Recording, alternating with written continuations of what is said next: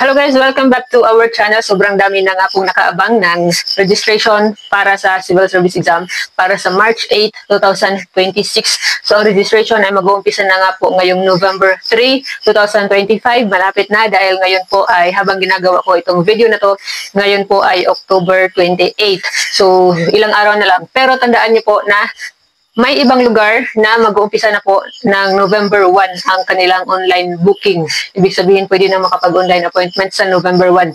So, sa nakikita natin, isa dito ay ang Davao Region. So far, yan pa lang yung nakikita natin na nag-announce na mag-uumpisa na or open na ang booking para sa mga gustong mag-take ng Civil Service Exam sa susunod na taon, March 8, 2026. So, Davao Region, November 1.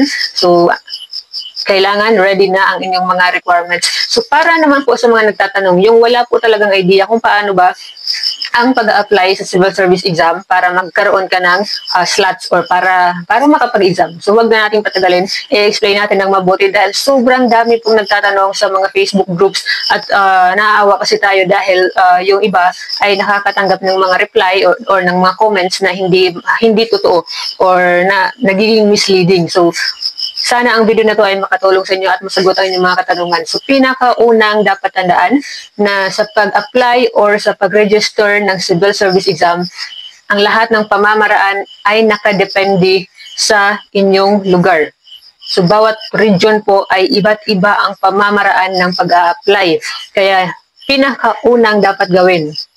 Ito talaga yung pinaka-advice ko. Kailangan i-follow nyo muna or hanapin nyo muna ang Facebook page ng Civil Service Commission sa inyong region or sa inyong lugar mismo. So, hanapin dito sa ating YouTube channel. Meron tayong video dito na pinag-usapan natin. Pinakita ko lahat ng Facebook pages para madali po ninyong mahanap.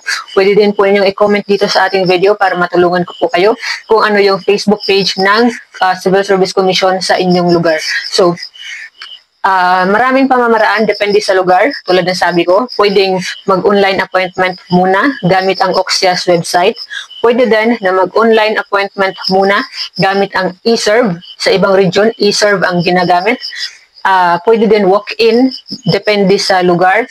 At pwede din na mayroong sariling link para sa online scheduling dyan sa inyong lugar. Paano malalaman kung ano yung pamamaraan dyan sa inyo at kung ano yung dapat mong gawin? Again, kailangan mag-follow kayo sa mga Facebook pages nila para updated po kayo. Para sa OCSIA's website, yung mag-online appointment ka gamit ang OCSIA's website, tanging mga region lamang na Region 1, Region 4, yung Calabarzon and Mimaropa Region, Region 7, Region 10, Region 12, at saka yung CAR or yung Cordillera Administrative Region. Yan lamang po ang maaaring mag-online appointment sa OCSIA's website. Meron na rin po tayong video dito sa ating YouTube. I-search nyo lamang kung paano mag-online appointment sa OCSIA's dahil na-explain na po natin sa ating nakaraang video. Ganun pa rin ang step-by-step process ngayon. So as of today, October 28, 2025, tanging Civil Service Commission National Capital Region or NCR ang nag-post ng kung paano yung pag-apply. Region 9, nag-post na rin po sila sa kanilang Facebook page at saka yung Davao. Kaya doon ko nalaman na sa Davao, mag-start na sila by November 1. So, para sa mga taga-NCR, paano ba? So, I will also make a separate video para klaruhin natin, isa-isahin natin lahat kung paano yung pag-apply sa National Capital Region. So, this video is only to answer questions kung paano ba ang pag-apply. So, in general, dahil marami talaga yung hindi alam kung ano yung dapat gawin, kung walk-in ba sa kanilang lugar, kung mag-online appointment ba gamit ang OCSIA's or gamit ang eServe, ganun. Kaya, ito yung purpose ng video na to. Gagawa tayo ng separate video kung by region para maklaro natin isa-isa at siguraduhin na nakafollow kayo dito sa ating Facebook, ating YouTube channel para palagi po kayo updated. So to give you an idea lang para doon sa mga taga-NCR, mayroon silang online scheduling system. Ibig sabihin may mga link sila, depende sa mga field office.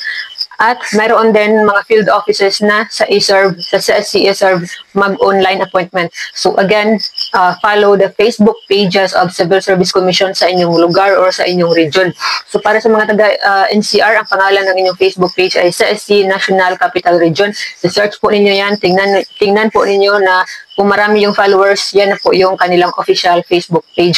At hanapin po ninyo ang kanilang pinaka-latest na post sa kung paano ang pag-apply sa NCR. So, again, separate video will be uploaded soon para sa NCR. And to give you na lang din ng idea, nasa NCR po ay mayroong 40,000 examination slots. Kaya yung pabilisan yung pag-book, kahit sa ang region, pabilisan talaga yung pag-book ng online appointment para makakuha ka ng slots. For example, sa NCR, mayroon lamang 40,000 na examination slots. Kaya at November 3 pa po mag-uumpisa. Lahat ng field offices sa NCR, November 3 pa pwedeng makapag-online booking. So, sa ngayon, ulitin ko sa ngayon, Davao pa lang yung nag-post na November 1 ay start na sila. So, nag-post na rin po ang CSC Regional Office Region 9. I-search po ninyo ang kanilang Facebook page, CSC Regional Office 9. So, yung 9 ay naka-numerical siya, yung I at saka yung X. So, naka-Roman number. So, ang pag-apply ay online booking muna gamit ang CSC eServe sa lahat po ng taga-Region 9. So, sa CSC eServe po kayo online appointment. At yes, ang Region 9 nga po pala ay accessible na rin sila starting November 1, 2025 at 8 in the morning. So, November 1 din po yung sa CSC eServe sa Region 9. So, inuulit ko po para doon sa mga nagtatanong at wala pang idea na ang pag-apply ay depende sa inyong region. Kaya, follow the Facebook pages of Civil Service Commission sa inyong lugar. Palagi kong inuulit ito kasi marami po yung hindi nakakaintindi. Kasi nagpo-post po sila doon sa mga Facebook groups tapos nagtatanong sila. Ang nangyayari, yung mga nagko-comment sa kanila ay taga-ibang region na hindi parehas yung paraan ng pag-apply kaya nalilito na yung karamihan. So that's all for this video. Para po alam kung ano ang dapat gawin, follow the Facebook pages of Civil Service Commission sa inyong lugar.